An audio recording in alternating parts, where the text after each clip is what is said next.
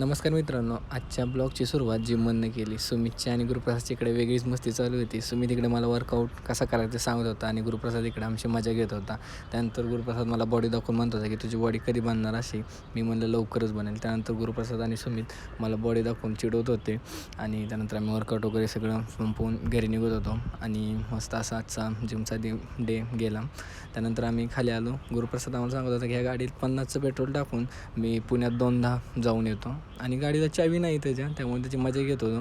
त्यानंतर मग प्लॅन झाला की मातोबा गार्डनला जायचं. मग आम्ही गार्डनकडे निघालो. जाता रस्त्यात आमची मजा चालू होती. कॉलेजचे दिवस आठवत आम्ही जात होतो.